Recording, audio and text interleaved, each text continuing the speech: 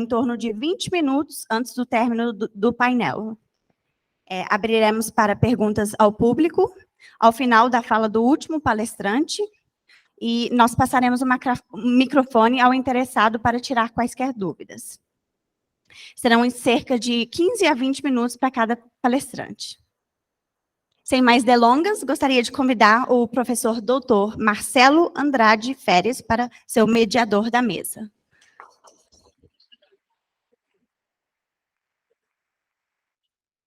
Ele é professor associado de Direito Empresarial da Faculdade de Direito da UFMG, membro do corpo permanente do Programa de Pós-Graduação, pesquisador do Centro de Excelência Jean Monnet da UFMG, União Europeia, doutor em Direito de Empresa pela UFMG e mestre em Direito Comercial pela mesma instituição.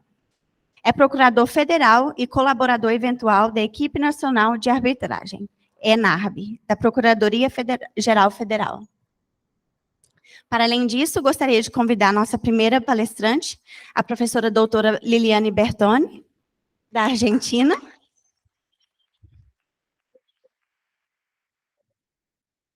O idioma da sua fala será em espanhol.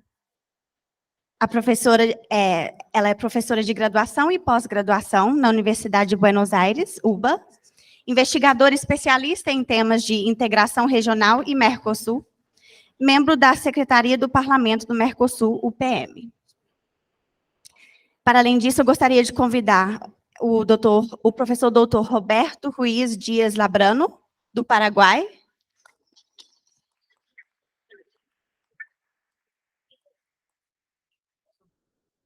Ele é doutor em Ciências Jurídicas pela Universidade Nacional de Assunção, professor titular das matérias de Direito Internacional Privado e Direito da Integração da Faculdade de Direito e Ciências Sociais, UNA.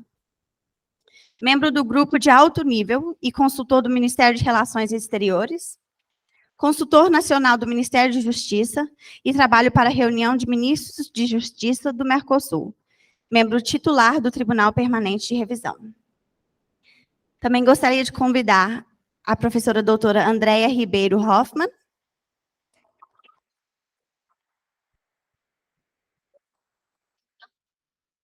Ela é professora associada no Instituto de Relações Internacionais do PUC-Rio, mestra em Relações Internacionais pela PUC-Rio, doutora em Ciência Política e Relações Internacionais pela Universidade de Tübingen, Alemanha. Lecionou na London School of Economics, na Universidade Erfurt e Freie Universität Berlin. Foi pesquisadora visitante no Instituto Universitário Europeu, Florença, e Peace Research Institute, Frankfurt, PRI. Por fim, mas não menos importante, eu gostaria de convidar a professora doutora Alice Rocha da Silva, que estará conosco de forma online.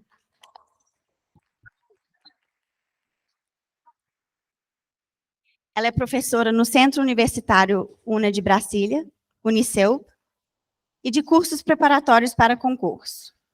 Doutora em Direito Internacional Econômico pela Université de Marseille, mestre em Direito das Relações Internacionais pelo Centro Universitário de Brasília, graduada em Direito pelo Centro Universitário de Brasília em 2005, em Ciência Política pela Universidade de Brasília e em Relações Internacionais pela Universidade de Brasília também. Sejam todos bem-vindos e eu passo a palavra ao mediador. Muito obrigada.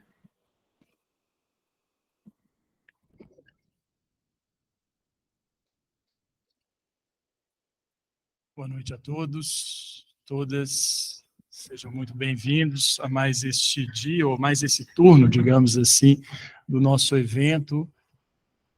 Está muito longe? Está ouvindo? Não? Agora está ouvindo melhor? Melhor? Ok.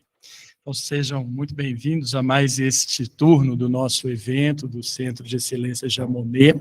Eu queria, inicialmente, parabenizar a professora Jamile por essa primorosa organização desse evento, que reúne conosco grandes experts internacionais, nacionais, professores da Casa de Afonso Pena, professores de outras faculdades. Queria também parabenizar toda a equipe do centro, todos os organizadores do evento, especialmente os alunos, os nossos estagiários e pesquisadores do centro. Queria cumprimentar todos os professores estrangeiros aqui presentes, na pessoa da professora Liliana Bertoni.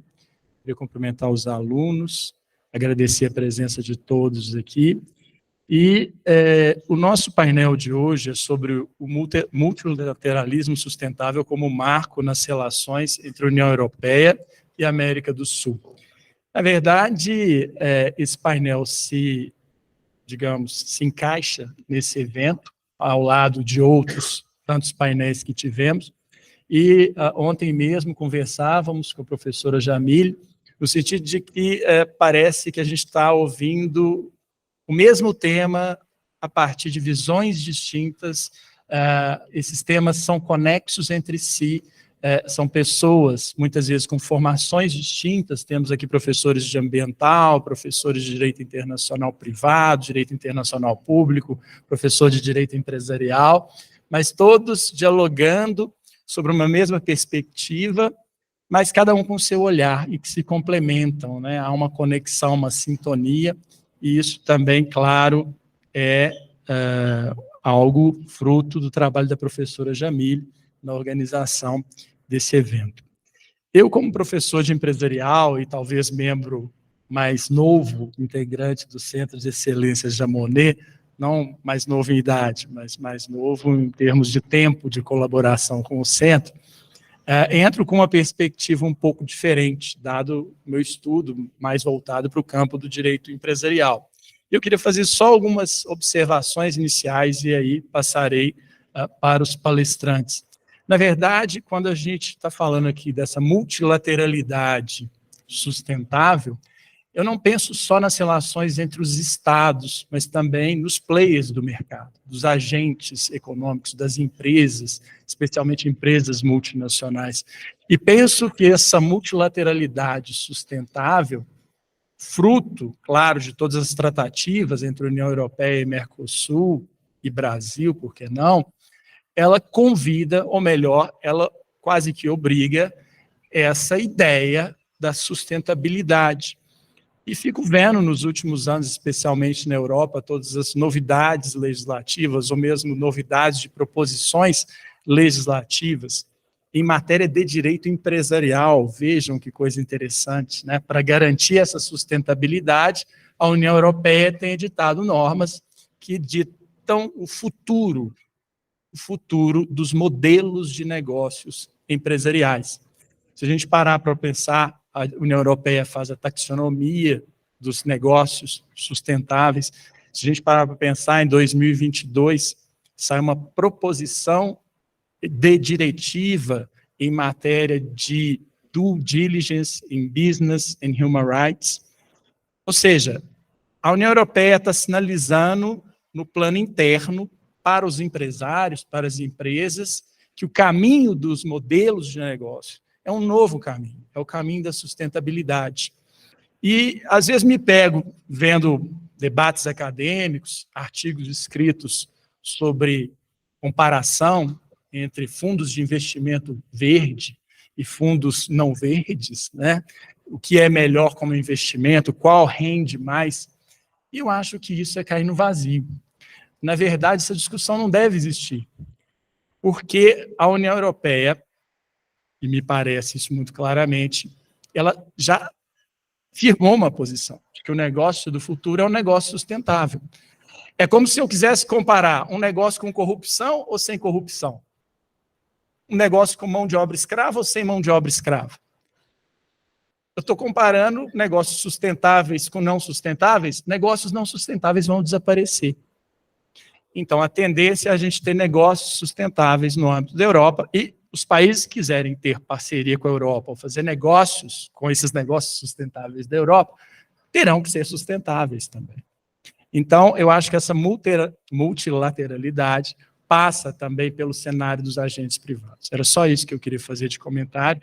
E eu passo, agora sem mais delongas, a palavra para a professora Liliana Bertoni, da Universidade de Buenos Aires, há pouco apresentada, E, na verdade, a gente teve umas mudanças de última hora, haveria um lançamento de livro às 7 horas e depois, perdão, às 6 horas, mas houve o lançamento do livro da professora Mônica. Então, a gente vai fazer aqui um puxadinho. Então, no início desse nosso painel, vai haver o lançamento do livro, aqui pela professora Lília, e, na sequência, a gente continua com os demais conferencistas abordando os temas do painel. Obrigado. Pone seguro este. ¿Este funciona? Hola, hola. Hola. Sí. Bueno, buenas tardes y ante todo, bueno, estas mudanzas entonces nos van a obligar a hacer alguna restricción en la temática, pero como bien dijo acá el profesor Marcelo, el multilateralismo es la base de lo que hemos estado viendo todos estos días. Y por supuesto también ustedes han recibido muchísima, muy clara y excelente información sobre el tema de la sustentabilidad en las relaciones multilaterales, sobre todo en los estados, entre los estados. Así que digamos que hoy vamos a tratar de dar como una conclusión sobre toda la información que ustedes han tenido para que juntos podamos observar qué es lo que ha sucedido en todos estos días, en esta programación que, como les digo, se ha visto inundada por los temas de las acciones multilaterales, sobre todo de los estados. Pero antes de comenzar con la temática, necesito hacerles llegar las palabras del profesor Molina del Pozo, que es el director de la obra que nosotros estamos hoy presentando, y además es el presidente del Instituto Euro-Latinoamericano de Estudios para la Integración, que acoge esta colección que acabamos de lanzar, que se llama Estudios para la Integración Regional. Esto está dentro del marco del Departamento de Publicaciones de nuestro instituto, departamento que junto con la doctora Yamile dirigimos, y que ampliamente los invitamos, están las puertas abiertas tanto del instituto como el Departamento de Publicaciones, y con el apoyo de la editorial española Colex, los invitamos a participar de nuestra colección que hoy presenta su primera obra. Para nosotros también es un orgullo estar aquí presentes en la Universidad Federal de Minas Gerais, con el apoyo también del Centro de Excelencia Jean Monnet, que nos ha dado este espacio para presentar esta obra, que fue, junto con la profesora Yamile, una obra de mucha tarea y que, bueno, estamos hoy compartiendo con ustedes este proyecto que ha llegado a su fin. Bueno, dicho esto, entonces, les voy a contar un poco a qué se refiere esta obra. Le pusimos el multilateralismo en el mundo actual, alcances y perspectivas. Pero nos pareció, juntamente con la profesora Yamile, cuando iniciamos este proyecto, que era necesario, ab initio, al principio, considerar o de alguna manera definir o decir qué es lo que estábamos diciendo cuando hablábamos de multilateralismo. Y a nuestro entender, el multilateralismo, y así lo expresamos en las primeras páginas de este libro, es un conjunto de acciones, como hemos estado viendo a lo largo de estas jornadas, entre múltiples actores. ¿Con qué fin? Con el fin de lograr un consenso, un acuerdo, para llegar a una conclusión sobre uno o varios temas. Y en el ámbito internacional, este consenso se puede reflejar, como todos sabemos, en la firma de un acuerdo o de un tratado internacional que regirá la vida en la comunidad internacional de los estados firmantes. Con lo cual también podemos decir que el multilateralismo es el pilar de la formación del orden internacional y del derecho internacional nacido a partir del consenso entre los estados. Cuando hablábamos de la actualidad del multilateralismo y empezábamos a ver el tema, estábamos en el último año de la pandemia y el principio de la pospandemia. Y lo comentaba, creo que con el profesor Díaz Labrano y con otros profesores, con el profesor Leiseca también, que había un cierto desánimo respecto a las actuaciones multilaterales. Y creo que yo también escribí en algún momento alguna nota o algún artículo hablando de la crisis del multilateralismo. Sin embargo, en ese momento sucedió que con este hecho tan inesperado y disruptivo del orden internacional como fue la pandemia del COVID, una de las pandemias más agresivas, expandidas en el orden mundial, se vio que desde los organismos multilaterales de carácter global se vieron pocas respuestas o respuestas poco contundentes para superar esta crisis. Y organismos internacionales como la Organización Mundial de la Salud, la OMC o la OPS, la Organización Panamericana de la Salud, se vieron, podríamos decir, sobrepasadas o fuera de sus límites y no pudieron ayudar a contener esta crisis que no solo fue disruptiva para el orden internacional, sino también para nuestra vida misma. A partir de allí, entonces, cuando tuvimos que recomponer nuestro mundo internacional, nuestra vida diaria, volvemos a ver que el multilateralismo vuelve a estar posicionado como la opción o como la mejor opción para salir adelante y resolver temas como los que se hablaron aquí de la energía, de la biodiversidad, de la lucha climática, y ellos están presentes afortunadamente en todas las negociaciones y tratados internacionales, como también se mencionaron en los AMUMA, que son los acuerdos multilaterales sobre comercio. También están presentes estas cuestiones o estas acciones multilaterales en el tratado o en el acuerdo birregional Unión Europea-Mercosur, que también mencionamos, que tiene un importante capítulo sobre sostenibilidad, y en uno de sus ítems habla claramente que es necesario respetar aquellos acuerdos que se han firmado en el orden internacional.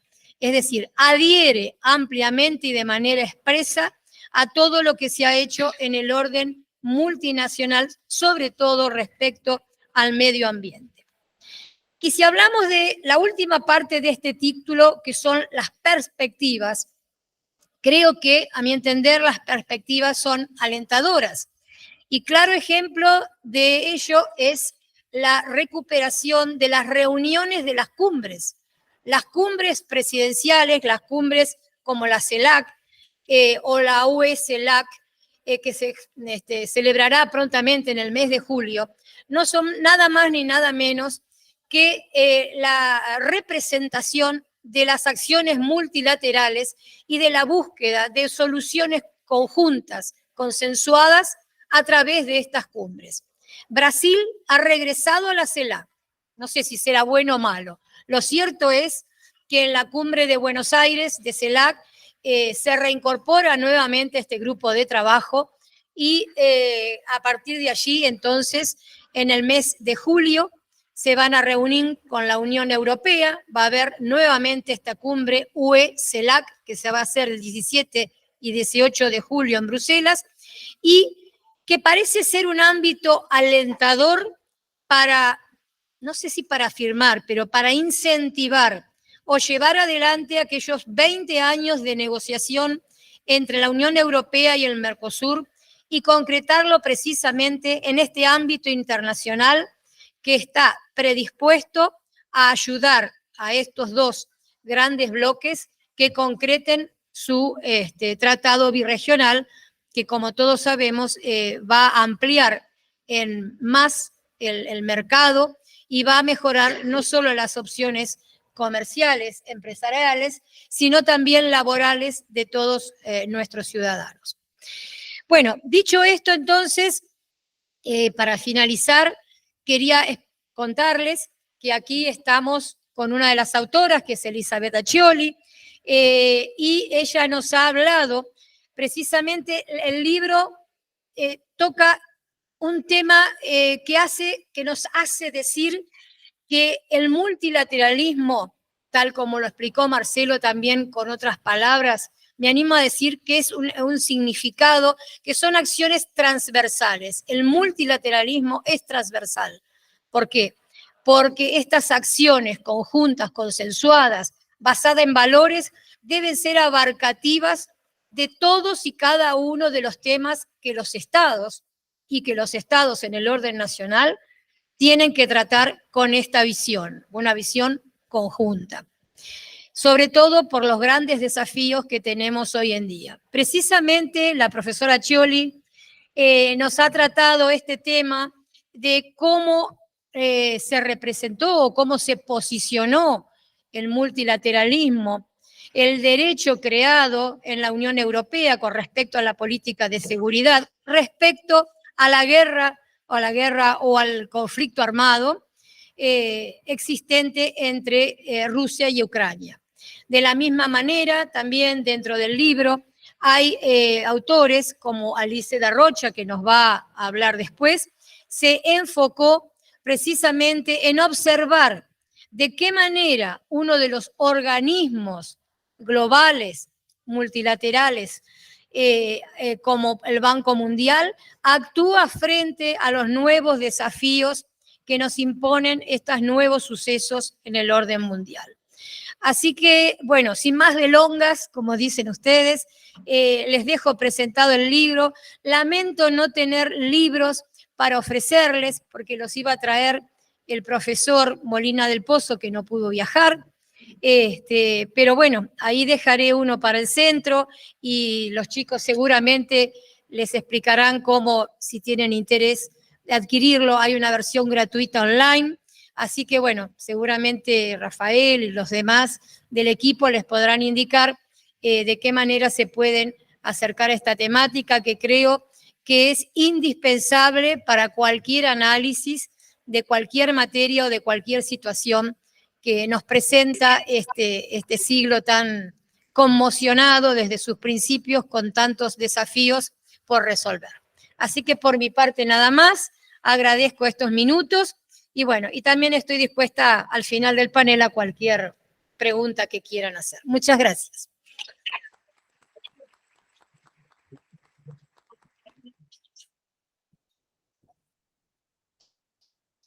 Obrigado, professora Liliana, por uma exposição tão clara e sintética e objetiva acerca do livro e da importância dele. Eu ainda não tive a oportunidade de ler, eu estava olhando alguns exemplares aqui, eu até estava pensando se algum seria meu depois, mas eu estou achando que não. Mas, sem delongas, passo a palavra à professora Andréa Hoffmann, que também foi apresentada há pouco, a professora associada no Instituto de Relações Internacionais da PUC do Rio. Por favor, o palco é seu, professora. Obrigada, boa noite a todos e a todas. Queria começar agradecendo o convite, né, professora Jamília, para estar aqui com vocês. Um grande prazer estar aqui na faculdade com alunos, né, para a gente debater esses temas importantes, né, com colegas, né, que trabalham sobre essa questão. E a minha apresentação, ela até é muito bom que ela seguiu, né, diretamente aqui a apresentação do livro, porque eu vou focar também na questão do conceito do multilateralismo e esse momento, essa conjuntura que nós vivemos, tentando situar as relações entre a União Europeia e Brasil e América Latina de uma forma mais ampla, nesse contexto, porque eu, sou professora de Relações Internacionais, né, não de Direito, de Relações Internacionais, e tenho trabalhado bastante com essas relações nesse conceito, nesse contexto mais amplo, né, das relações entre os países, né, não só os atores, né, que fazem parte dessa relação de uma forma mais direta. E isso, enfim, vou trazer algumas questões provocadoras, vamos dizer assim, né, para a gente discutir, e faz parte, então, de um capítulo, na verdade, que eu estou escrevendo, né, um capítulo de livro, tentando, à luz, né, dessa retomada, da chamada retomada dos cumbres, das relações entre a União Europeia e CELAC, e um certo otimismo, que eu acho que a professora, né, acabou de mencionar, tentando, vamos dizer assim, contextualizar, né, dessa forma mais ampla, até questionando, assim, não só a sustentabilidade, né, desse nosso momento, mas também tentando indagar quais as características específicas que essas relações entre a União Europeia e América Latina, né, para não dizer Brasil, América Latina como um todo, tem de forma que essas relações têm um certo conteúdo e como que elas trazem um aporte para o nível global do multilateralismo. E o meu questionamento sempre tem sido qual é essa especificidade nossa, vamos dizer assim, né, dessas relações interregionais e como que nesse contexto que eu vou argumentar ainda assim de crise, eu diria, no plano global, mas de um otimismo do âmbito interregional, o que nós podemos aportar, né, vamos dizer assim, que mensagem, ou que conteúdo que essas relações interregionais têm pelo seu legado histórico, pelas suas propostas, né, contemporâneas, que podem trazer um aporte para esse contexto mais global, que, mais uma vez, eu vou argumentar ainda de crise, como já apontado aqui, certamente, né, a continuidade da guerra na Ucrânia é um dos elementos que, infelizmente, a gente tem que destacar como um sintoma, né, dessa crise. Então, vamos dizer assim, para começar, né, essa argumentação, né, mais uma vez, de qual esse conteúdo que nós temos, né, nas nossas relações interregionais, eu vou começar um pouco trazendo esse questionamento, essa é uma literatura, né, que hoje em dia se discute, da crise da ordem liberal internacional. Então, é claro que existe uma crise que a gente chama do multilateralismo, mas o que eu vou argumentar aqui, que o que está em crise, né, para além do multilateralismo em si, é a crise da chamada ordem liberal internacional, que é uma ordem, vamos dizer assim, ordem entre aspas, né, práticas sociais, certamente normas jurídicas, organizações internacionais, tratados, né, todos esses componentes dessas instituições internacionais que compõem essa ordem, né, regimes de comércio, enfim, né, na matéria ambiental, na matéria de segurança. E essa ordem, ela continua existindo, claro, né, o que a gente chamou de multilateralismo, acho que é a crise do multilateralismo que a gente viu na pandemia, no caso da OMS, um dos elementos, mas se a gente observa, né, todos esses outros setores, né, um dos elementos que está em crise, né, esse componente que a gente chama liberal, ou seja, certos princípios da ordem internacional que se estabeleceram, né, no final da Segunda Guerra, enfim, né, com vários tratados, né, no âmbito do sistema ONU e outras instituições que certamente, né, desde os anos 2000 já vinham sendo questionados. A gente aqui na América Latina tem uma clareza muito grande, né, do questionamento de alguns desses princípios liberais, sobretudo no que se refere a modelos de desenvolvimento, uma discussão, né, sobre o alcance, por exemplo, dos preceitos neoliberais, né, em termos de aprofundamento do desenvolvimento da região, uma região que cresceu muito, né, mas não distribuiu, vamos dizer assim. Então, havia, já dos anos 2000, na América Latina, com a chamada Maré Rosa, né, muito questionamento se esse elemento da ordem liberal era, de fato, né, um elemento positivo para a região. E é um questionamento que a gente pode ver que ocorreu tanto por parte de governos, mas também da sociedade civil, movimentos sociais, movimentos, enfim, às vezes organizados, às vezes mais isolados localmente.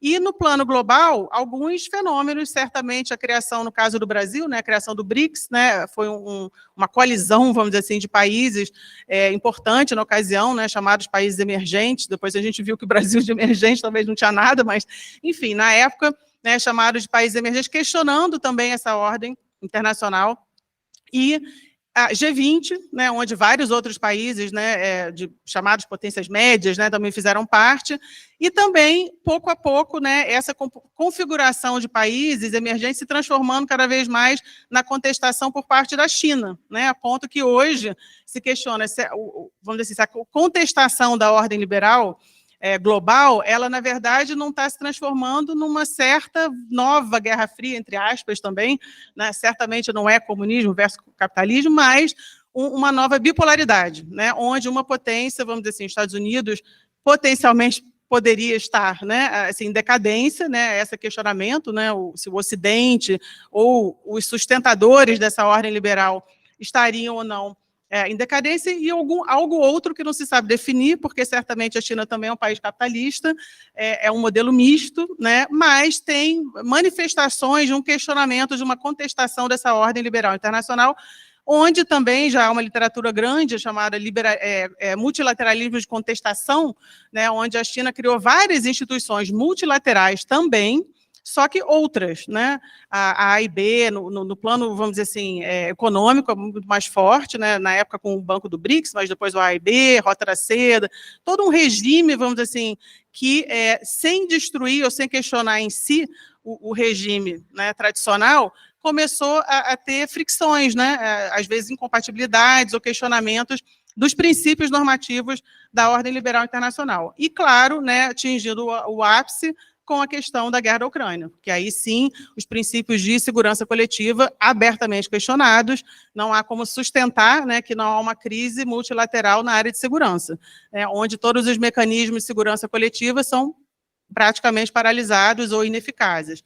Então, para além de pessimismo, não é essa absolutamente a mensagem que eu quero passar aqui, é justamente para a gente questionar, num contexto de ordem internacional cambiante, vamos dizer assim, em mudança, e mudança pode ser para bom, ou seja, né, é claro que no momento que a incerteza, e há alguns elementos dessa ordem que traziam, potencialmente, sim, progresso, enfim, desenvolvimento, a saúde, é claro que a gente questiona, pode ser que seja um problema esse questionamento. Por outro lado, mudanças de ordens também são oportunidades. A própria consolidação do regime de mudança climática e de sustentabilidade, eu acho que ele também só é viável a partir da crise do modelo anterior. Então, um modelo que era sustentado, né, enfim, com vários nomes, sobrenomes, mais ortodoxos, mais heterodoxos, mais isso, mais aquilo, inclusive os mais radicais, bom viver, nenhum desses modelos se mostrou até agora, empiricamente, viável, né, numa escala global, para se apresentar como um novo modelo de ordem internacional global econômica.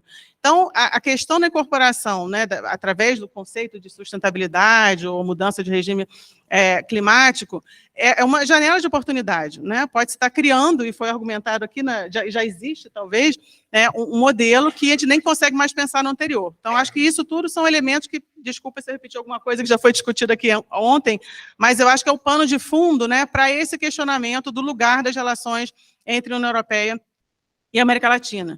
Então, nesse conceito, né, de ordem mundial em câmbio, né, em mudanças, acho que um elemento acho que é importante discutir também, que é uma concomitante crise doméstica em vários países do mundo da ordem liberal democrática.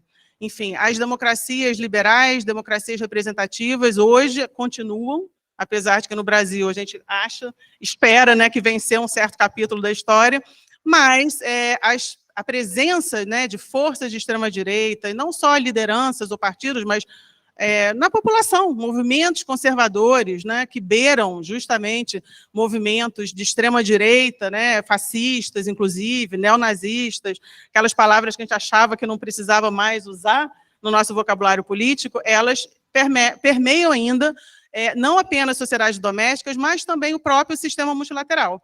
Então, existem, inclusive, colaborações, né, entre forças de extrema-direita hoje, dentro do sistema ONU, dentro do Conselho, por exemplo, de Direitos Humanos, né, que é o caso, por exemplo, do Consenso de Genebra, contra, né, direitos sexuais e reprodutivos, usando o multilateralismo para, né, reverter ganhos históricos no campo, por exemplo, dos direitos humanos.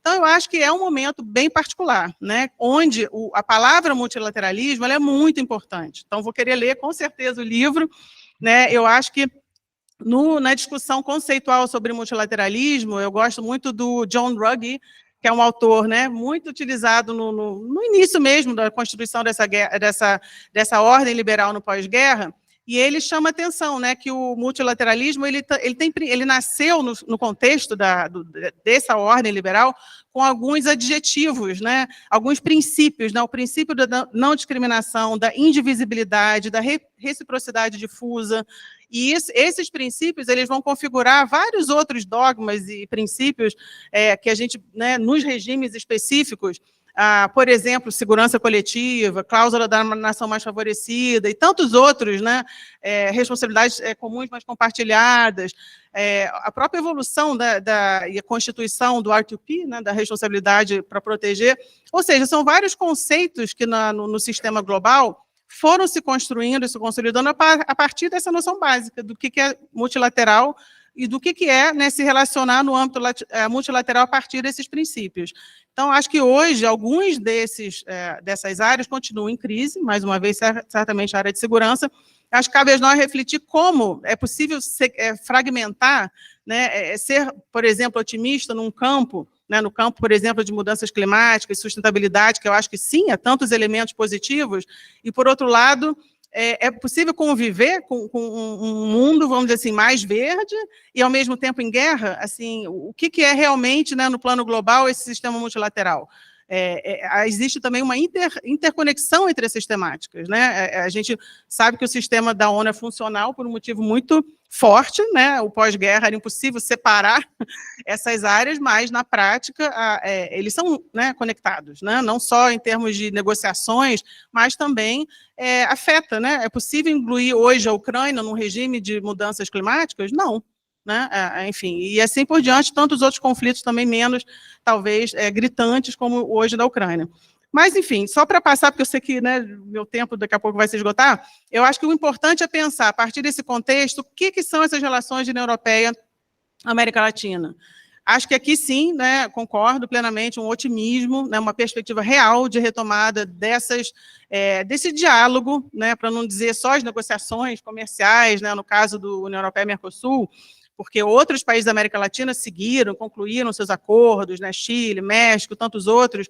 É claro que o acordo em si, União Europeia e Mercosul, ele tem um peso muito grande por causa do tempo, por causa dessa história, uma história complicada, né, um acordo que para e volta, então dá uma angústia, né, a gente que acompanha essas negociações, e parecia que tinha terminado, e aí não foi, enfim. Então, eu acho que há um momento positivo que, me parece, a partir de novas configurações políticas, né, entre esses países, certamente no caso do Brasil também, uma vontade de retomar dessa reaproximação e, de alguma forma, de revisitar vários desses princípios, né, coletivos dessa relação.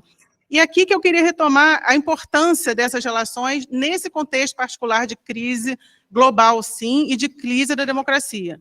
Porque eu acho que nos momentos de crise é onde realmente a gente vê para que serve aqueles famosos consensos que a gente começa, qualquer estudo sobre relações da União Europeia e Mercosul, mas existe um consenso sobre direitos humanos, sobre democracia, sobre, enfim, distribuição social, equidade.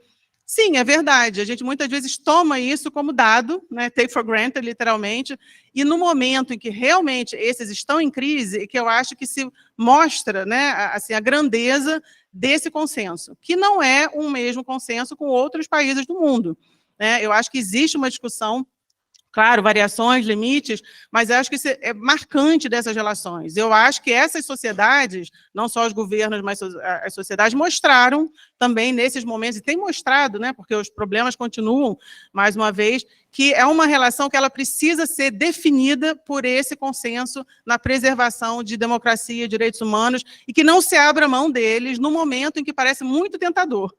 Porque foi muito tentador, né, concluir acordos mirabolantes, e, enfim, muitas vezes às pressas, às escondidas, né, quando, na verdade, eram sociedades que estavam, né, continuam, de certa forma, mas em algum momento, criticamente, sofrendo, né, de algumas questões centrais e básicas, né, na sua essência, como o respeito de direitos humanos básicos, fundamentais, e a democracia. Então, acho que é uma relação que se mostrou que, na hora em que isso realmente surgiu na relação, os atores souberam não ser tentados, vamos dizer assim, de que vale a pena qualquer coisa. Não, eu acho que mostrasse dos dois lados, na América Latina e na Europa, muitas vezes, né, debate no Parlamento Europeu, não sempre em todos os executivos de todos os países, mas, enfim, as sociedades são complexas, né, são dinâmicas. Então, queria dizer que eu acho que essa retomada, né, e o conceito do multilateralismo me parece central para a retomada dessas relações, e que aqui eu acho que, mais uma vez, para além de aprofundar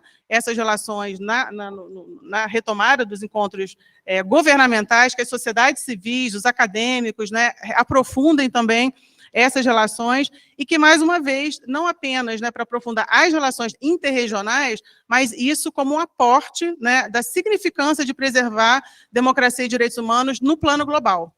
que, mais uma vez, é ainda um desafio, né? Que essas relações da União Europeia e Mercosul sejam uma fortaleza desses princípios, vamos dizer assim, para, né, lidar com os desafios ainda maiores no plano global do multilateralismo mais amplo como um todo. Então, eu vou encerrar por aqui, tinha muito mais, mas acho que a gente tem tempo ainda para o debate. Muito obrigada.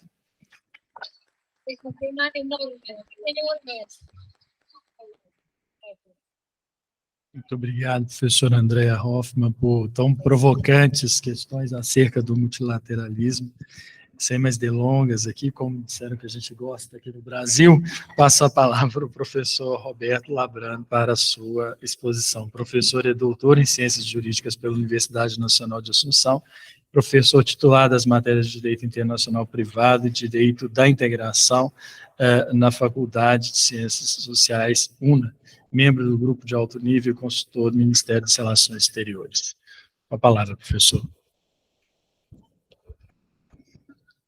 Bien, en primer lugar, agradecer a la profesora Yamile por esta invitación. Me place mucho estar en este evento, ver a la profesora Accioli, a Fernando y a otros profesores que hace rato no los encontraba. Cuando uno va a hacer una palestra, una exposición, digamos a esta hora de la noche, después de un día de mucho cansancio y después quizás de todas las tareas que ustedes han tenido, y bueno, lo único que ustedes pueden estar pensando es en la cama, acostarse o una buena cerveza en algún lado, ¿verdad? Pero menos escuchar un profesor extranjero no hablando en portugués y hablando en español sobre el multilateralismo, ¿verdad? Entonces esto es como, piensen ustedes, es como si fueron a sus casas, prendieron la televisión y van a ver una película de terror que les va a abrir los ojos, ¿verdad? Y van a poder concentrarse en alguna medida en lo que yo pudiera transmitir, ¿verdad?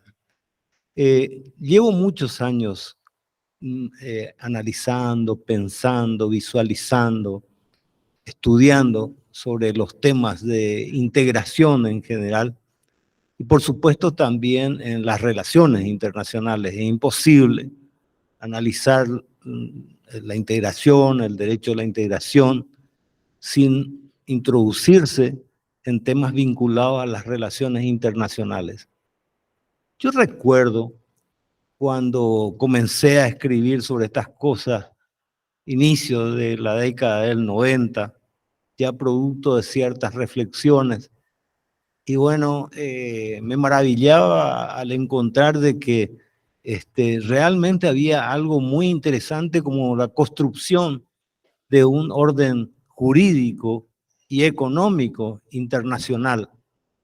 La gran pregunta que existía es si ese orden jurídico tenía alguna persona, algún grupo humano, algún estado que lo conducía, o simplemente era producto de los vaivenes que los estados tienen en la construcción de sus instituciones, ¿verdad?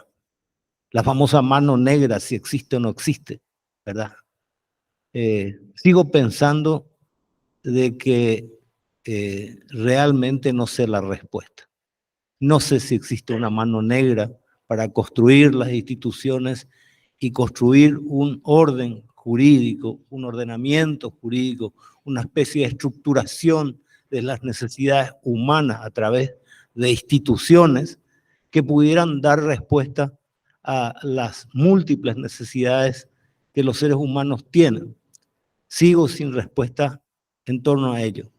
Me estoy refiriendo, por ejemplo, para que tengan una idea, que después de la Segunda Guerra Mundial aparentaba existir una suerte de plan bien definido para la construcción de un orden jurídico armonizado, estructurado, ¿verdad? Porque parece no ser casualidad que aparecieran las Naciones Unidas, el Consejo de Seguridad, buscando garantizar la paz después de la Segunda Guerra Mundial y una anterior. Entonces ese era un gran objetivo de todos los estados. Y por supuesto es el gran objetivo hasta hoy y va a ser siempre el de todos los estados. Pero ya veremos un poco más adelante cuáles son los derroteros de estas instituciones, ¿verdad? Casi simultáneamente se crea el Fondo Monetario Internacional, el Banco Mundial y el GATT.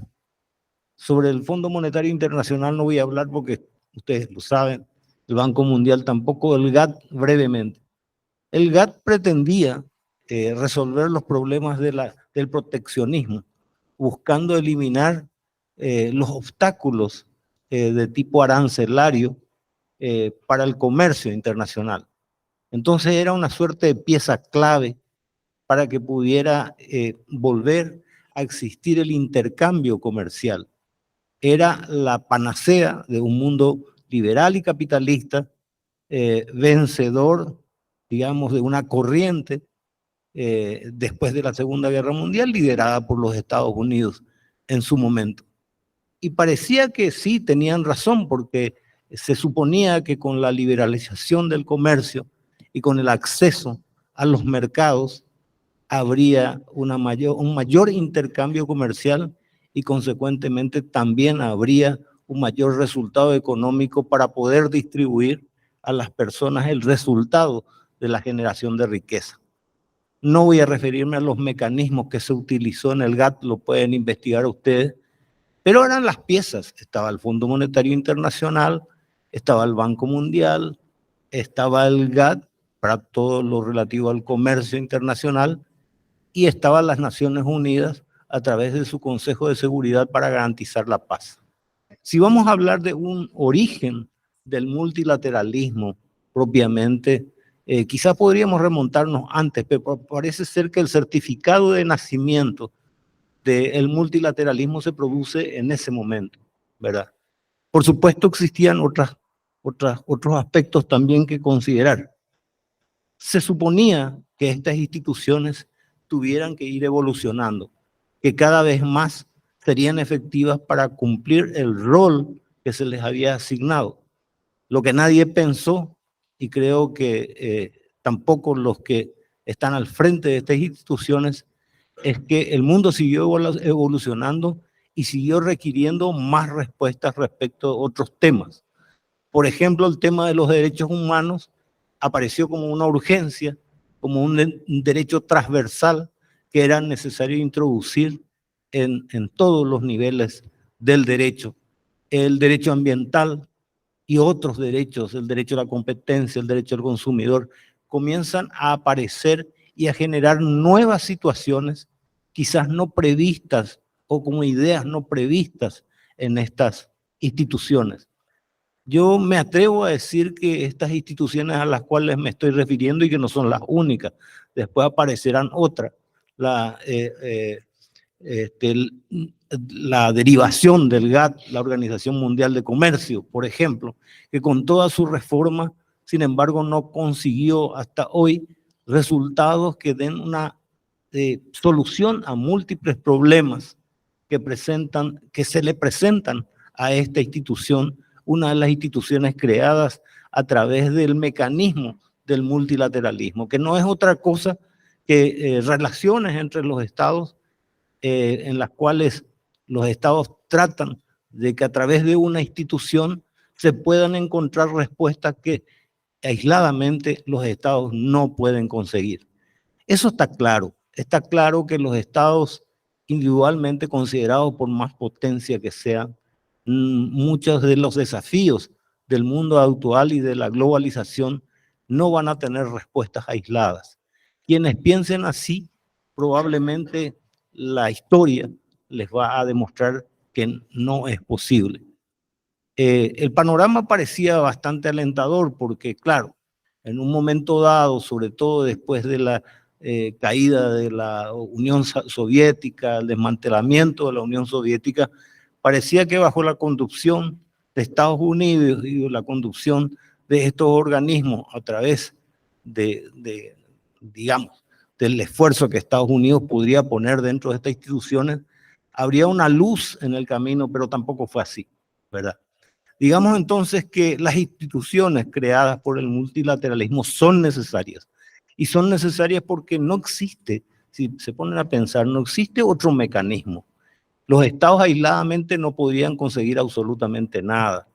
La respuesta de la Unión Europea a lo que fue consecuencia de la Primera y Segunda Guerra Mundial, generar una unión entre estados, ¿verdad? De modo tal a poner en común aquello que era fundamental para la vida de estos estados, que fue evolucionando también. Yo pienso, y soy un observador del proceso de integración europeo, que si uno se pone a mirar es maravilloso en cuanto a los aspectos que abarca, en las preocupaciones que abarca, pero claramente está desbordado. O sea, ¿cuál es el norte de la Unión Europea hoy? ¿Cómo conducir tantos países sobre una idea común? Y claro que es ventajoso porque constituye un cuerpo de estados que tiene representatividad, que tiene poder de negociación en el mundo actual, ¿verdad? Pero se le presentan muchos otros problemas, ¿verdad? Problemas internos, problemas del retiro del Reino Unido, se le presentan problemas de interpretación hasta de la jerarquía de las normas, caso Polonia y caso Hungría, creo, sí. Y otros problemas, múltiples problemas que se van presentando.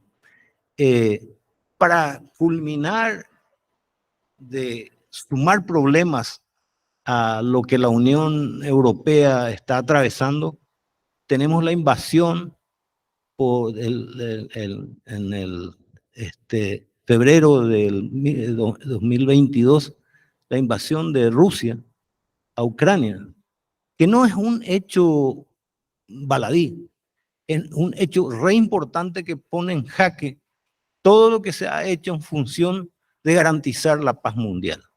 Con el agravante que esta cuestión está generando tal problema que pone en riesgo verdaderamente a todo el mundo, porque estamos allí de conflictos entre estados que tienen armas nucleares capaces de destruir el mundo.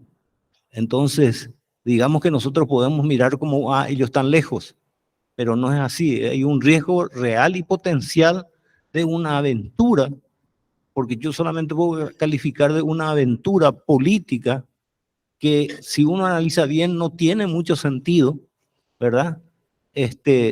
Invadir un estado en territorio prácticamente europeo, ¿verdad? Es urgente que esto se solucione, pero también es claro que pone en evidencia que las instituciones, producto de los acuerdos multilaterales, léase mandatos del Consejo de Seguridad, no sirven absolutamente nada cuando nos encontramos ante personas que pueden decidir el destino de nosotros o el destino del mundo por simples caprichos o por simples deseos de recuperar algo que ya se fue, ¿verdad? Reconstruir la Unión Soviética, no digo que no pueda ser, todo es posible dentro de la realidad de los seres humanos, ¿verdad? Que claramente nos demuestran que no se sujetan a veces a las reglas, ¿verdad? Bueno, esta situación muestra que una de las instituciones más importantes que está bajo el ejido de las Naciones Unidas no tuvo la fuerza ni tiene la fuerza como para lograr algo tan importante como un cese de fuego, cuanto menos, y evitar la cantidad de muertes que se están produciendo, que en algún sentido ya nos sentimos casi indiferentes. O sea, así con esa avidez que leíamos los diarios, los periódicos, los medios de prensa, lo leemos, nos informamos, pero es como ya cotidiano que mueran personas, que mueran civiles, que sean trasladados niños, que se violen prácticamente todos los principios que se suponía estaban sustentados en instituciones que se suponía tenían la fuerza como para evitar este tipo de cuestiones. Y asimismo podemos encontrar sucede con las demás instituciones. Digamos que a esta altura de mi vida académica, después de reflexionar sobre todas estas cosas, y le agradezco mucho a Liliana y a Molina del Pozo, que han instalado este tema, porque me permitió analizar y revisar mis propios conceptos. Yo también estaba muy seguro de que las instituciones multilaterales estaban consolidadas, que las instituciones multilaterales debían ya a esta altura dar respuesta adecuada a las necesidades, ¿verdad? La Organización Mundial de la Salud no dio respuesta al problema del COVID, ¿verdad? Que gracias a Dios y no precisamente a las oportunas vacunas se fue evaporando o disminuyendo, y es una bendición para toda la humanidad. Pero demostró claramente que esta institución también tiene sus falencias. Digamos entonces que estamos ante la necesidad de reconstruir o construir más sólidamente estas instituciones multilaterales. No estoy en contra de ellas. Al contrario, digo simplemente que es imposible que con su actual estructura, sin considerar otros elementos y solo la participación de los estados y sin tener en cuenta lo que hoy es fundamental. Los estados también, si uno mira y observa realmente, tienen sus limitaciones. Ante las grandes corporaciones, ante los grandes intereses que existen en la carrera armamentista, a los grandes intereses que existen en el mercado farmacéutico, prácticamente algunos estados, digamos, el nuestro, el Paraguay, para no mencionar otros, ¿verdad? Son absolutamente insuficientes e incapaces siquiera de frenar un intento de intromisión en estos temas. Entonces, digamos que las relaciones multilaterales tienen que ser revisadas tan profundamente que hay que ver de qué manera a esos intereses civiles se los puede incorporar para controlarlos en alguna medida y para poder tener y construir instituciones más sólidas. A ustedes les toca, y ustedes les toca, digo, no porque nosotros ya fuéramos a renunciar a lo que estamos haciendo, pero nosotros estamos más allá de lo académico que ustedes de entrar a la academia, ¿verdad? Entonces, digamos que a ustedes les toca ver de qué manera se van a construir estas nuevas relaciones que van a ser construcciones jurídicas. Van a ser construcciones jurídicas y que hay que ensamblar adecuadamente, revisar profundamente.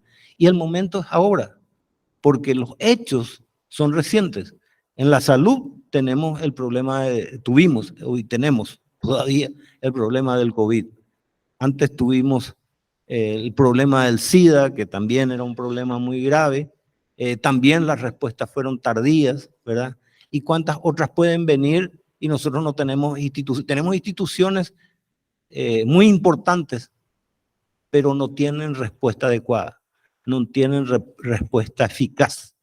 ¿Qué es lo que la Unión Europea está buscando, verdad? Entre los grandes objetivos fijados por la Unión Europea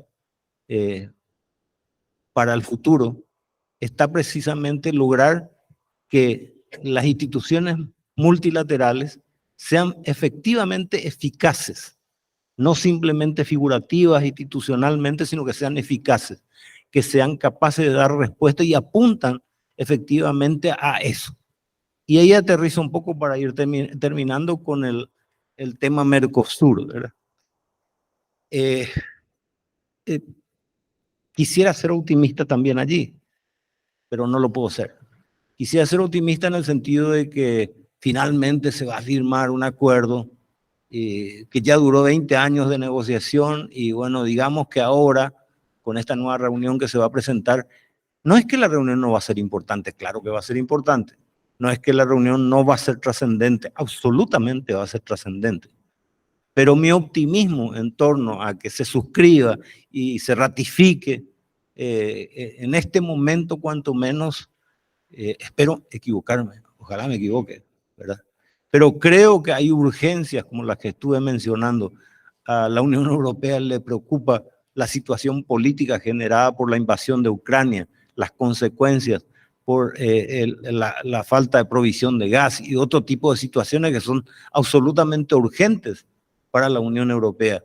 A la Unión Europea le preocupa la consolidación interna por la diversidad que existe de estados que componen la Unión Europea, Por supuesto que le preocupa también algunas cosas que yo digo que son más excusas para no profundizar, como el problema ambiental con Brasil, ¿verdad? Son excusas temporarias porque tal vez la estructura y burocracia de la Unión Europea no puede permitirse en este momento otras distracciones que no sean reubicarse en el contexto mundial, con la aparición de China como un protagonista importante, trascendente, ¿verdad? Que está llevando a meditar, bueno, cómo van a ser realizadas o llevadas adelante estas nuevas relaciones. ¿Qué tipo de relaciones multilaterales se podrá dar con China? Y participación de Estados Unidos y los demás estados, ¿verdad? Me enteré, por ejemplo, de algunas sanciones, conversando con amigos aquí en esta reunión, sanciones aplicadas por los Estados Unidos a un alcalde por haber aceptado una beca de China para estudiantes de su alcaldía y le negaron la visa, por ejemplo. En este momento tenemos una explosión de sanciones verbales con consecuencias económicas en Paraguay en plena elección, donde ellos anuncian que algunas personas que pueden o no ser, esa es una cuestión de análisis, pero son cuestiones internas, están siendo sancionadas y calificadas como significativamente corruptos en el Paraguay, en plenas elecciones. Casualmente todos los sancionados son de un sector político y no del otro, ¿verdad? Entonces estamos de vuelta ante intromisiones. Yo no creo que sea una política nacional de Estados Unidos, es una política sectaria de Estados Unidos. Y son situaciones que se van presentando. Entonces, en este mundo tan complicado, tan complejo, ¿verdad? De hecho, uno de los autores que se ocupan del multilateralismo habla de que las relaciones multilaterales son relaciones complejas y no son solamente complejas, sino son aterradoramente complejas si uno se pone a pensar. Espero que esta película de terror haya sido en algún sentido comprendida. No piensen en que esta película de terror tiene un final maligno, ¿no? Yo soy optimista, quisiera que estas cosas se resuelvan, como creo que cada uno de ustedes querrá. Pero esto, sin ustedes, sin nosotros, esto no se puede hacer. A veces el hombre piensa que no es capaz de influir, no es capaz de lograr por sí influir en este tipo de cuestiones. Y tal vez estén muy equivocados. En cada uno de ustedes está un potencial muy grande, pero para eso se necesita asumir que uno es capaz, asumir lo que uno puede aportar, y eso es muy importante en la formación, es muy importante en lo que va a ser el ejercicio de su vida profesional y su vida misma. Bueno, eso es todo.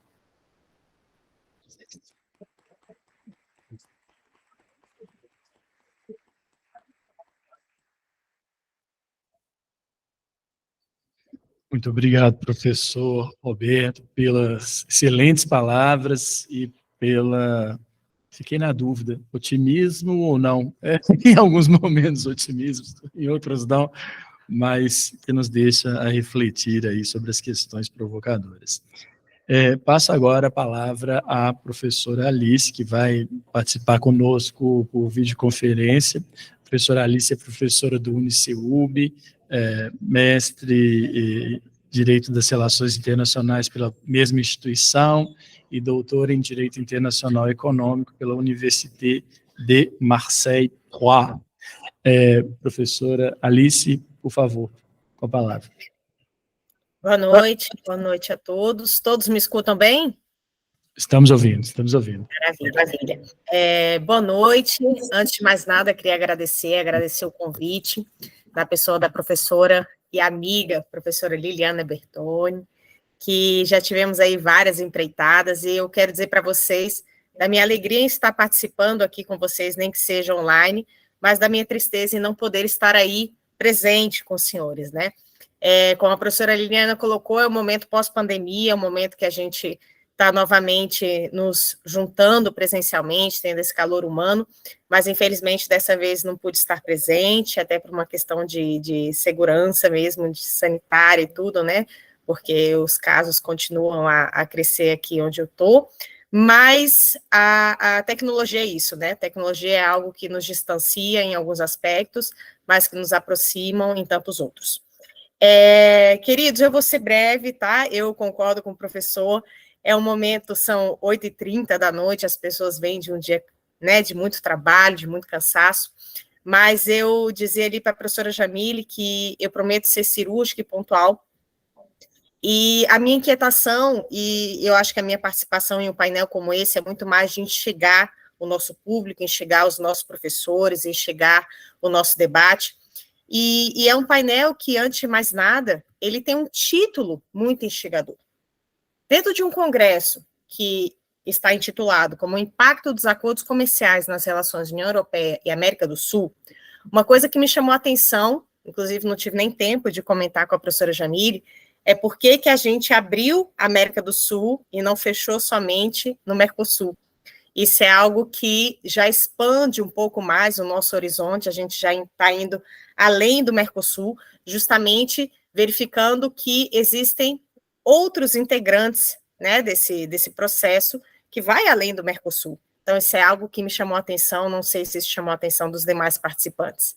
Mas o nosso painel, ele fala sobre o multilateralismo sustentável como marco nas relações entre a União Europeia e a América do Sul. E aí, quando eu pego assim um painel, assim como a gente orienta os nossos alunos, eu começo pelo título.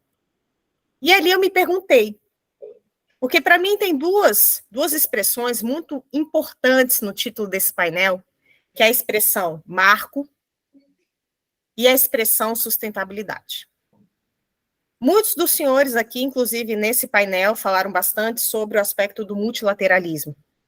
E todos nós sabemos que hoje o multilateralismo é algo que é incontornável. Não dá mais para a gente ficar se fechando em relações bilaterais. Mas eu gostaria de complementar a fala dos meus colegas com um acento e um reforço nessas duas expressões, marco e sustentabilidade. Porque se você vai pesquisar sobre a expressão marco pode significar referência, mas marco pode significar limite. O que eu quero dessa sustentabilidade?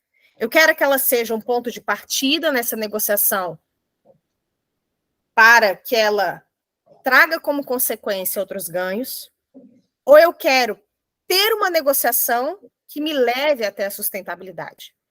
Qual é o processo que a gente está buscando? A gente parte da sustentabilidade para chegar em outras áreas, ou a gente parte de outras áreas para chegar em sustentabilidade? Então, isso é uma provocação, inclusive, que eu coloco como uma fonte de reflexão. Aí, eu comecei a fazer aquela pesquisa para construir a minha fala, e eu fui pesquisar quais foram as inquietações ou os momentos em que essa sustentabilidade foi abordada dentro dessas questões multilaterais. E aí, pessoal, não tem como a gente não remeter ali a Estocolmo, em 1972, quando a coisa começou a ser discutida, quando surge ali dentro das Nações Unidas o nosso órgão de referência do multilateralismo, a questão do PNUMA, a questão da criação de dias dedicados ao meio ambiente, dias dedicados à água, dias dedicados a tantas coisas. E ali, com a criação do PNUMA, a gente teve diversas frentes de atuação dentro desse multilateralismo. Ali a gente falou de floresta, ali a gente falou dos oceanos, ali a gente falou de mudança climática, ali a gente falou de vários aspectos, dentro daquela estrutura multilateral que era a Organização das Nações Unidas. Só que aqui o nosso congresso, a gente está fazendo referência a acordos comerciais, que é um pouco mais específico do que o trato do multilateralismo que a gente vivenciou ali na Organização das Nações Unidas.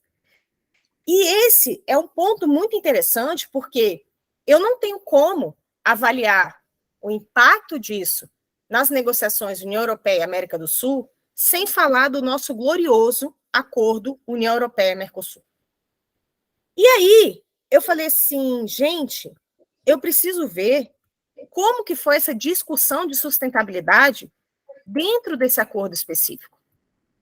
E os senhores, né, todos aqui devem lembrar muito bem que esse nosso acordo União Europeia-Mercosul, ele teve 3 fases de negociação. Perfeito?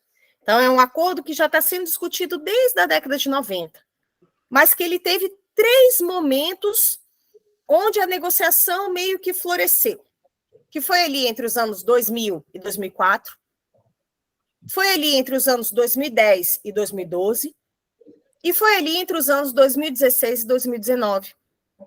E uma coisa que eu percebi dessa pesquisa é que em todos esses 3 momentos, ou 3 marcos, ou 3 processos de florescimento dessa negociação, sempre tivemos concorrentes. No primeiro momento de negociação, estava sendo negociada também a ALCA. As pessoas não sabiam o que priorizar. No segundo momento, de 2010 e 2012, a gente estava vivenciando ali os efeitos da crise de 2008, juntamente com uma paralisação de uma outra negociação comercial, que era a rodada Doha. E agora, pessoal, quando a negociação parecia que estava saindo do forno, 2019, o governo brasileiro anuncia para o mundo, olha, aquele acordo que estava lá dentro da gaveta, ele surgiu. O que acontece em 2019? Bum! Covid. Covid, pandemia, cada um por si. E, mais uma vez, a gente perde esse acordo. Ou perde aquele afã da negociação. E aí eu comecei a pensar que existe algum problema nessa negociação para que essa sustentabilidade não seja valorizada. Não é possível, tem alguma coisa que a gente está fazendo errado. E aí, mais uma vez, eu coloco aqui como inquietações alguns dos questionamentos que eu me coloquei. Quando a negociação do acordo União Europeia-Mercosul começou lá atrás, eles chegaram à conclusão que não seria possível uma liberalização instantânea, que era necessária uma liberalização progressiva. E aí eu questiono aos senhores, será que não está na hora da gente trabalhar com um novo conceito chamado sustentabilidade progressiva? Será que o que a gente está buscando como sustentabilidade não é o ideal que dificilmente a gente vai alcançar da forma instantânea que eles querem? E aí, quando a gente pensa em progressividade, será que o conceito de sustentabilidade que leva em consideração aqueles 3 pilares é um conceito que admite uma progressividade? E que progressividade é essa? É uma progressividade por setores? Ou é uma progressividade aliada com outros vetores de negociação? E aí, eu tive uma última inquietação. Se vocês pararem para pensar, o acordo União Europeia-Mercosul, ele está dividido em 3 pilares. Um pilar comercial, um pilar político e um pilar da cooperação. Onde até agora a gente conseguiu mais ou menos fechar ou tentar fechar o primeiro pilar, que é o pilar comercial. E aí tem um capítulo dedicado à questão da sustentabilidade dentro do comércio. Mas será que o problema não está justamente em, mais uma vez, fracionar esse acordo? A gente está cansado de ver um mundo, como a professora, dentro do contexto de relações internacionais, colocou, um mundo estabelecido em especialidades. Eu tenho organização internacional para coisas específicas. Uma para o comércio, uma para a relação de trabalho, uma para a saúde, uma... Será que não está na hora de parar com essas especialidades e pensar em temáticas que exijam uma confluência dessas especialidades? Eu não sei. Como professora de metodologia, como professora de direito internacional, eu fico pensando que, às vezes, pessoal, o resultado final não é atingido porque a gente está errando no processo. O professor dizia da importância das empresas, da importância de outros fatores que durante muitos anos foram desconsiderados. E agora, mais do que nunca, a gente está clamando e suplicando pela presença desses fatores. justamente para reconstruir o multilateralismo, e aí eu pego a fala da professora que mencionou o processo de crise, onde esse multilateralismo está sendo revisto justamente porque estamos em um momento de crise daquele multilateralismo tradicional. Eu ministro uma disciplina esse semestre aqui no Uniceub, que é uma disciplina que o primeiro texto que eu abordei com meus alunos foi um texto do Taleb, chamado Antifragilidade. Eu não sei quantos aqui conhecem a obra do professor Taleb, e a minha disciplina nesse semestre é justamente a gente pensar em políticas públicas em momento de crise, porque eu acho que a crise tem esse papel de nos retirar ali do momento que nós tínhamos de conforto e permitir que nós possamos criar coisas novas.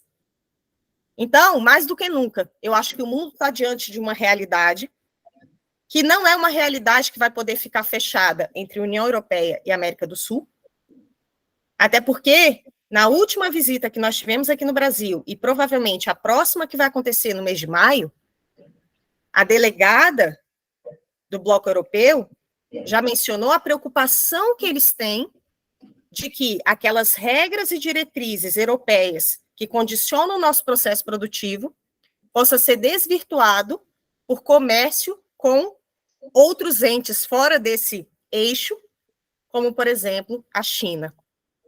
Ou seja, não dá mais para pensar em sustentabilidade simplesmente concentrando nesses dois blocos.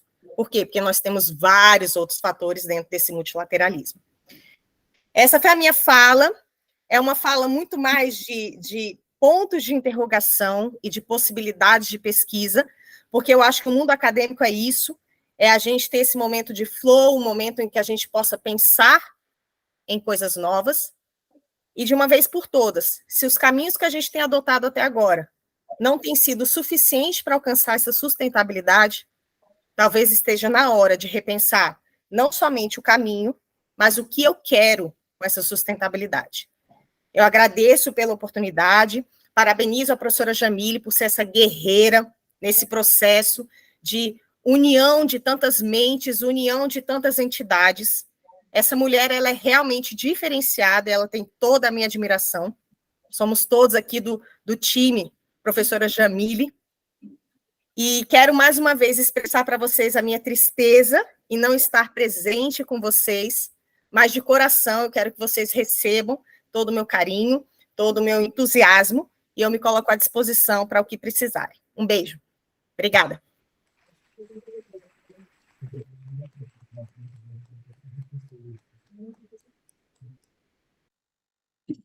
Obrigado, professora Alice, por compartilhar conosco suas inquietações sobre sustentabilidade, sobre crise, e como a senhora mesmo disse, abrir aqui flancos para novos estudos, novas pesquisas. Muito obrigado. Bom, encerrada essa etapa de falas aqui do painel, gostaria de convidá-los a formularem questionamentos aos palestrantes, e se alguém se interessar em formular esse questionamento, por favor, venha até aqui à frente, como foi feito nos outros momentos, e se valha deste microfone. Online, você pode nos ajudar aí? Alguém tem alguma pergunta? Professora Jamile, vamos constranger os alunos a perguntar? Já temos uma aqui. Já temos uma candidata, por favor. Minha pergunta é para a professora Alice. Você levantou uns pontos de interrogação e, na verdade, é um levantamento de um ponto de interrogação em cima do seu ponto de interrogação, com um ponto de interrogação ao quadrado. Mas é que quando você fala sobre estabilidade progressiva, eu fico pensando se tem um estabelecimento de um marco temporal, porque, para mim, assim, a Agenda 2030 já não ser o estabelecimento, talvez, de uma sustentabilidade progressiva, dada a emergência da situação e a emergência climática. E, junto dessa pergunta, você falou da confluência, da necessidade da confluência de valores. Os objetivos do desenvolvimento sustentável, que conversam entre si, estão interdependentes, eles também já não trariam essa confluência? Queria saber a sua opinião a respeito. Obrigada. A gente congrega todas as perguntas e responde depois, ou vai respondendo uma a uma? Pode responder, professora Alice, por favor. Maravilha. Bom, antes de mais nada, muito obrigada pela interrogação ao quadrado. Eu acho que é isso. Acho que esse é um ambiente de debate, esse é um ambiente que a gente pode trocar ideia. E, com certeza, quando a gente fala em uma sustentabilidade progressiva, ela está dentro dessa ideia da formação de agendas. Agendas de desenvolvimento sustentável que são justamente construídas a partir da confluência de vários setores, da confluência de vários órgãos. Mas o que a gente percebe é que essa Agenda 2030, ela foi construída por uma organização que não necessariamente é uma organização que dialoga com as demais. A gente tem essa ideia de que a Organização das Nações Unidas ela é a mãe das demais e teria ali uma interlocução entre elas, quando na prática isso não acontece. Então, por exemplo, quando a gente vê uma entrevista dessa delegada europeia em relação à situação do acordo, uma das coisas que ela coloca é o seguinte: nós temos muita esperança de que a sustentabilidade vai ser alcançada depois da reforma da Organização Mundial do Comércio. E aí é que vem aquele questionamento: será que a Organização Mundial do Comércio está interessada em sustentabilidade? Será que é esse o objetivo daquela organização?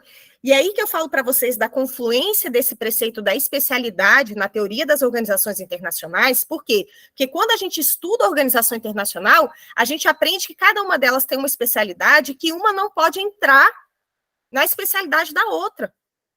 E aí vem o ponto: uma vez que a gente não tem uma organização internacional para o meio ambiente, será que todas deveriam falar desse meio ambiente? Ou não? Será que está na hora da gente colocar essa Organização das Nações Unidas, que cria essas agendas para 2030, agendas para 2050, e colocar ela para dialogar com as demais? E mais, pessoal, quando a gente pensa em acordo comercial, será que esses acordos comerciais, eles estão levando em consideração as agendas formuladas pela ONU? Isso é outra coisa que eu coloco à disposição de vocês. Não existe dentro do debate comercial, sobretudo um debate interregional, a consideração daqueles objetivos do desenvolvimento sustentável. Então, assim, isso é algo que eu ainda acho que são ilhas que vão sendo formulados nesse contexto internacional, onde a gente gasta muita energia trabalhando com essas ilhas, quando, na verdade, a gente teria que pensar em um modelo muito mais sistêmico. Sabe assim, construir uma teoria do direito internacional dentro da estrutura da teoria sistêmica, colocando efetivamente essas áreas para dialogar. É só nesse sentido. Bom, mais alguém deseja fazer alguma pergunta? Você levantado aí, caminhando, quer fazer uma pergunta? Bom, então, por favor.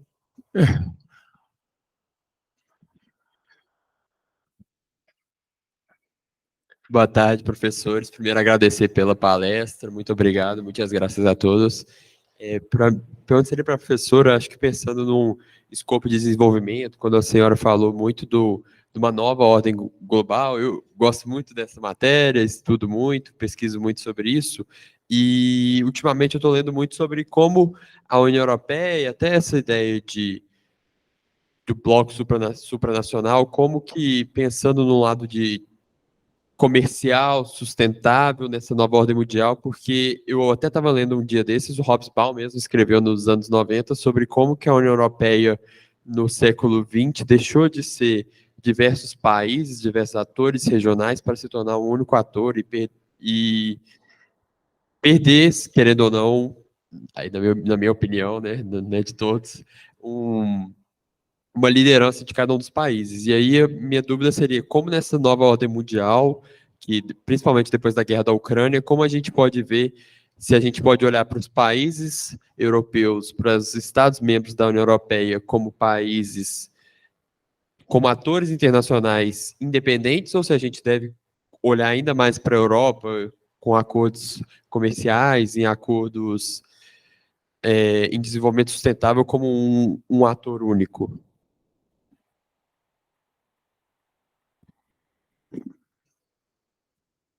Obrigada.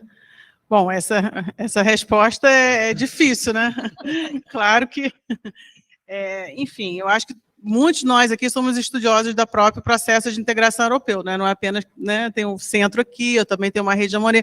Então, acho que assim, o processo tem um debate teórico, né? Quão supranacional é ou não, também dependendo das áreas. É claro que tem as instituições supranacionais, mas a gente sabe que a influência dos países, para além, vamos dizer assim, das formalidades, variou muito ao longo dos anos, né? Enfim, teve momentos já no passado, com Mitterrand, por exemplo, quem não podia dizer que a França não atuou como um país, vamos dizer assim, com uma certa autonomia, mesmo estando, né, dentro de um espaço com condicionantes supranacionais. E acho que a gente agora tem um momento onde, de novo, né, com essas questões geopolíticas, os países também, né, os estados, ganharam uma certa autonomia, até porque na área de segurança e defesa é a área que a própria União Europeia aqui é mais frágil, né, vamos dizer assim.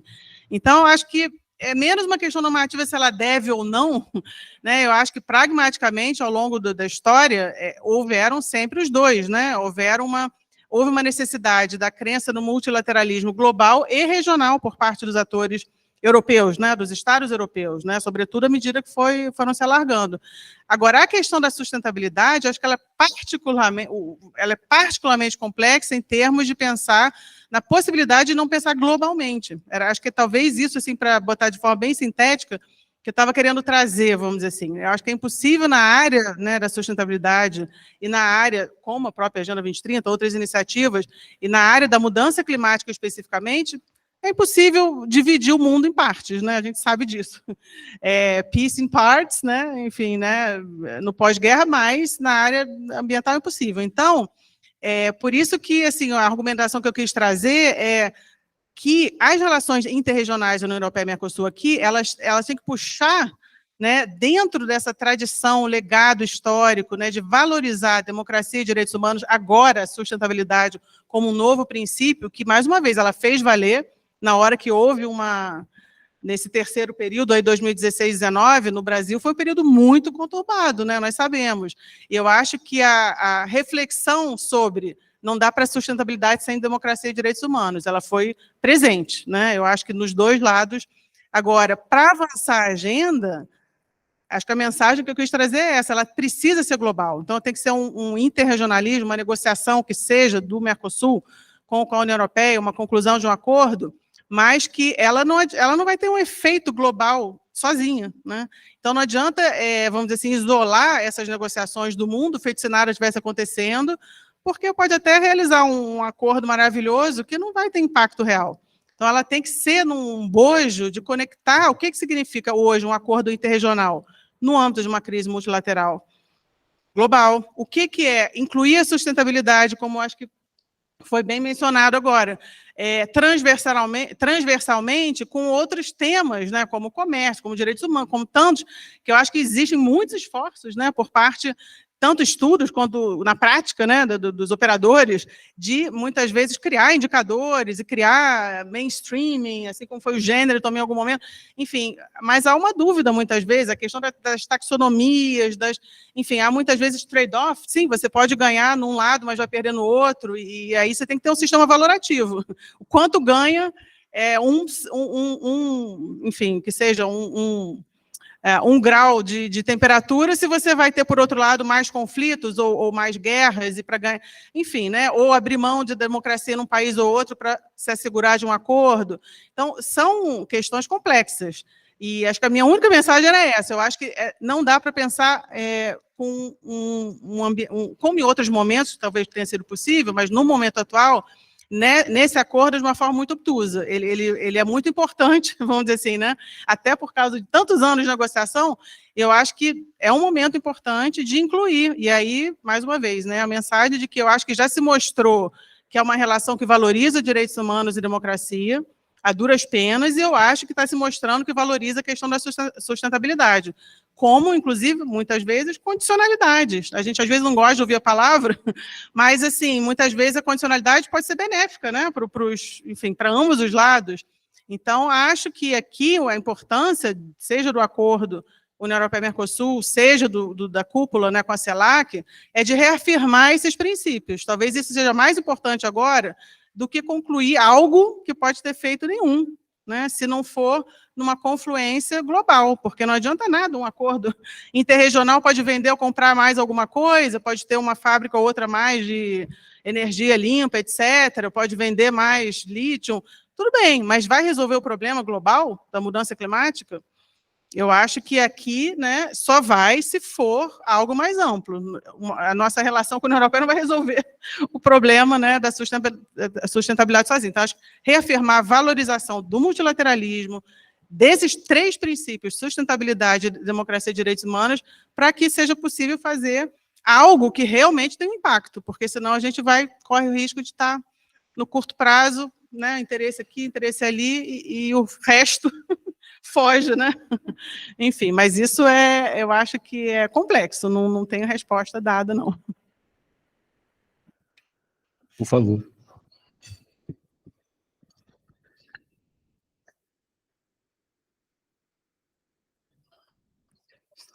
Boa noite, meu nome é Davi, estou no 6º período daqui da Direito. Gostaria de perguntar para a professora Lilian, que falou muito sobre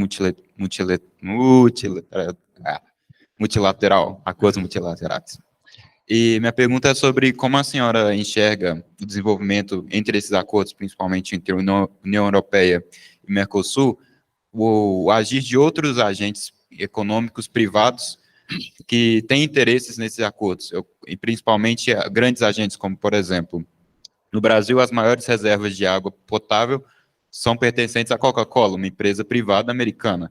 Você tem as mineradoras que exercem grandes operações que geram grandes impactos ambientais, e como os países europeus, países do Mercosul, são, entre aspas, mais vulneráveis a essas grandes empresas, por ser países em desenvolvimento, necessitam do investimento dessas empresas para o desenvolvimento econômico dos próprios países, como eles fazem esse balanço entre eu preciso desses agentes econômicos importantes, mas ao mesmo tempo eu quero fazer esse acordo com o Mercosul para um desenvolvimento sustentável. Então, qual desses dois lados para a senhora tem mais poder e como você acha um equilíbrio desses agentes econômicos importantes que não têm essa agenda sustentável tão grande em mente e acordos multilaterais com países da União Europeia e com o Mercosul? Obrigado.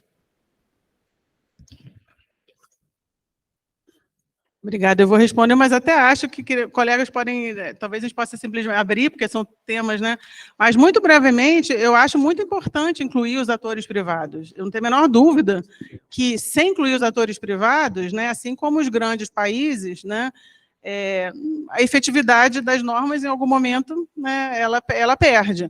Agora, eu acho que esse é o desafio, né, de criar, nesse ambiente multilateral, tratados, acordos, né, certamente, com inclusão.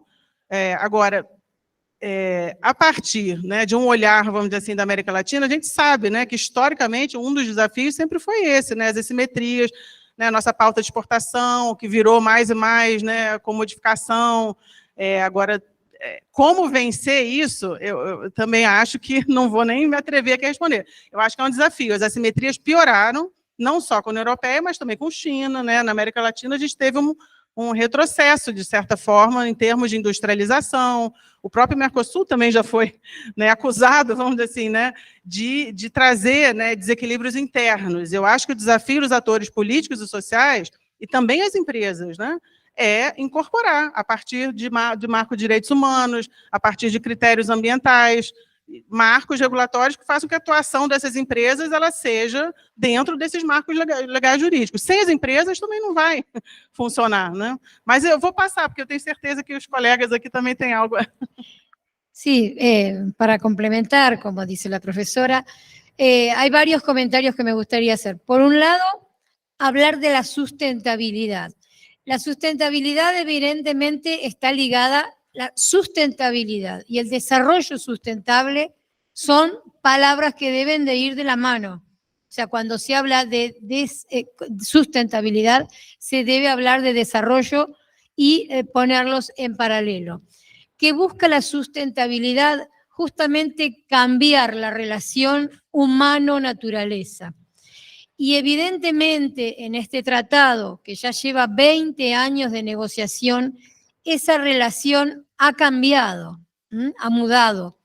Porque de la misma manera que hace 20 años uno de los grandes escollos o impedimentos que había para la concreción de este tratado era la agricultura, era precisamente el cuidado de los recursos naturales, hoy en día ha mutado y se habla de la búsqueda del equilibrio entre aquel desarrollo con un desarrollo sustentable. Es decir, no dejar de intervenir en los recursos naturales porque son necesarios para las empresas, para los insumos. Simplemente es cambiar la relación entre esas dos ecuaciones. Y allí el multilateralismo y la sustentabilidad deben de ir en auxilio de la búsqueda de ese equilibrio que precisamente se necesita para dar un futuro sustentable. Y respecto de la cumbre, yo insisto con las cumbres porque para mí es notorio que se haya vuelto a dialogar de manera multilateral. No sabemos si serán buenos o malos los resultados, pero es bueno estos nuevos inicios de diálogos multilaterales. La cumbre que se va a hacer de Unión Europea-CELAC, UE-CELAC, está ya con un lema y dice que es la cumbre de la inclusión, la cumbre del diálogo entre los diferentes.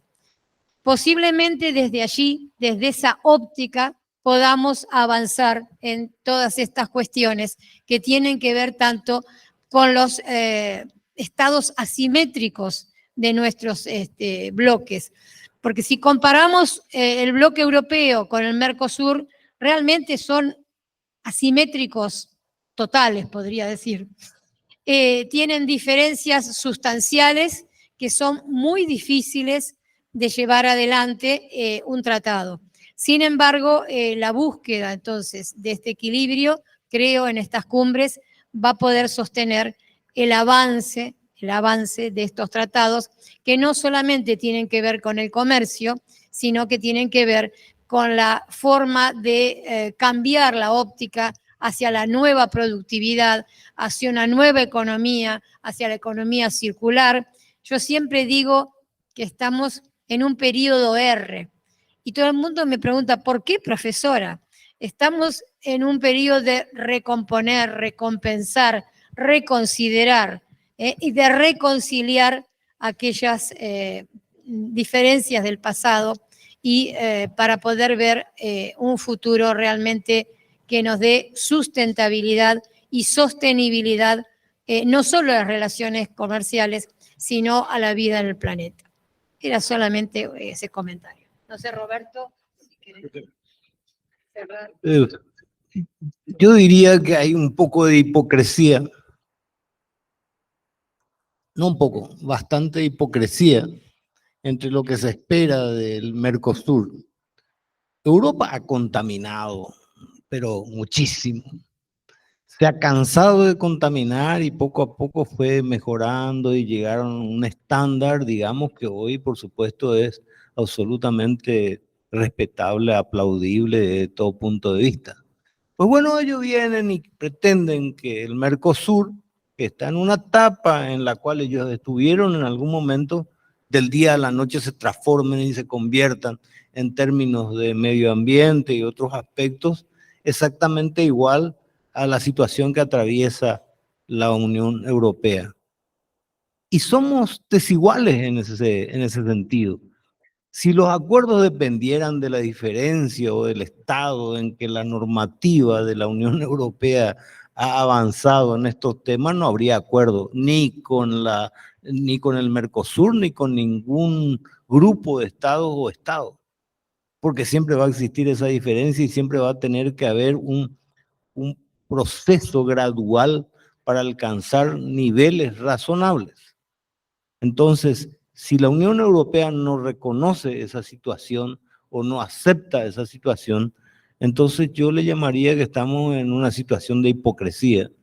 Muchas de las inversiones criticadas como contaminadoras en la región son inversiones europeas. Son inversiones europeas y es capital europeo que ya no pueden, por diversas restricciones, producir en Europa. Entonces vienen a América Latina y especialmente en el Mercosur algunas de las inversiones. Por eso, claro que tiene que ser sustentable, pero también tiene que ser racional, ¿verdad? Racional la evolución hacia estándares elevados de protección del ambiente y gradual porque es necesario, o si no sería simplemente imposible porque también nuestros países necesitan de esas inversiones para poder pasar a otras etapas. Son los obstáculos que yo veo, pero estos obstáculos se vencen con voluntad política. Si hay voluntad política, yo les aseguro que no va a haber ningún tipo de obstáculo, ni siquiera gradualidad. El momento es el momento oportuno o la situación oportuna, que supongo que se va a dar, no sé cuándo. Creo que ahora no, pero se va a dar. Isso é todo. Bom, acho que a gente tem mais uma pergunta aqui, por favor. A última, ninguém pode fazer mais perguntas, tá? Boa noite. Essa pergunta eu direciono ao professor, se ele puder responder. Eu queria primeiro agradecer pela exposição, foi muito inspiradora.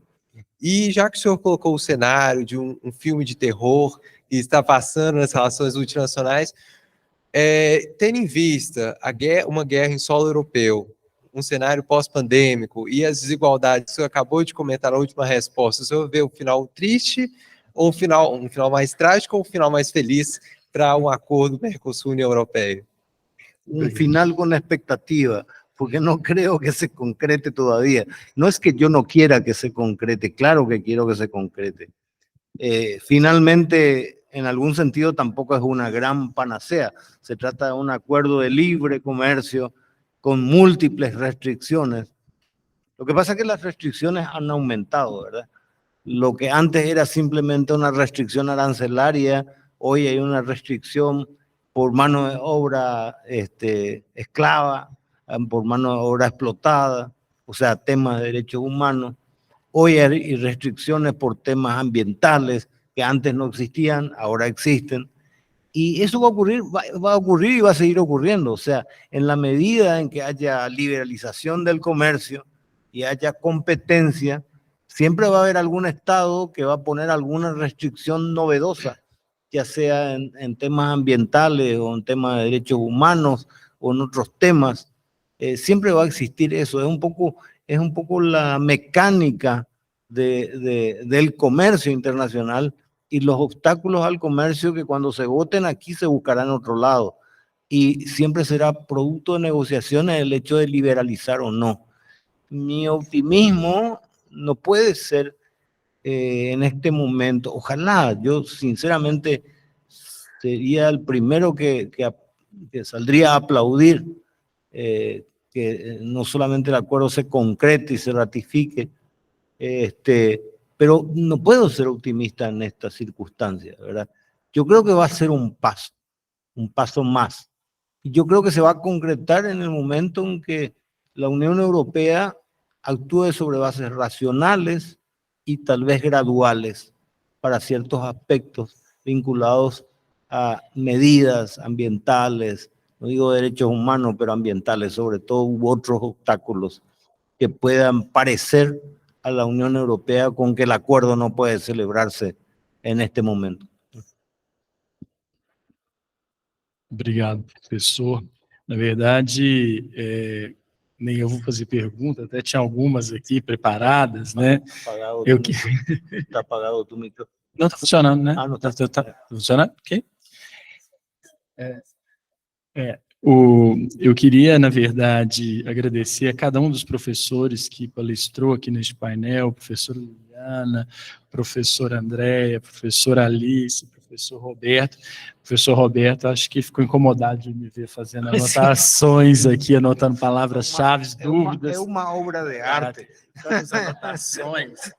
tantas perturbações aqui intelectuais, tantas coisas para pensar, e é bom quando a gente sai assim, meio atormentado de uma palestra, né? Pelo menos mexeu muito com a gente. Então, eu queria agradecer as falas de cada um de vocês.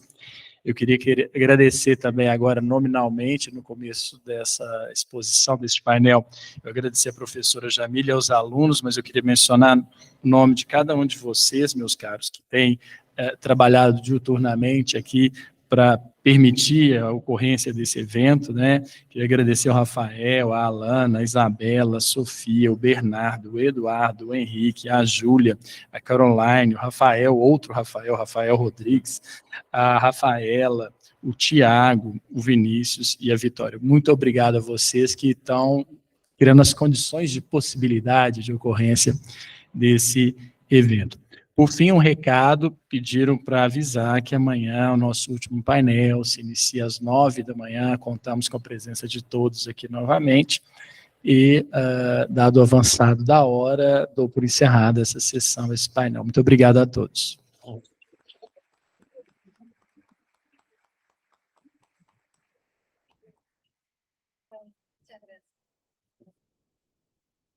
Obrigado, professora Alice. Tchau, tchau. Obrigado.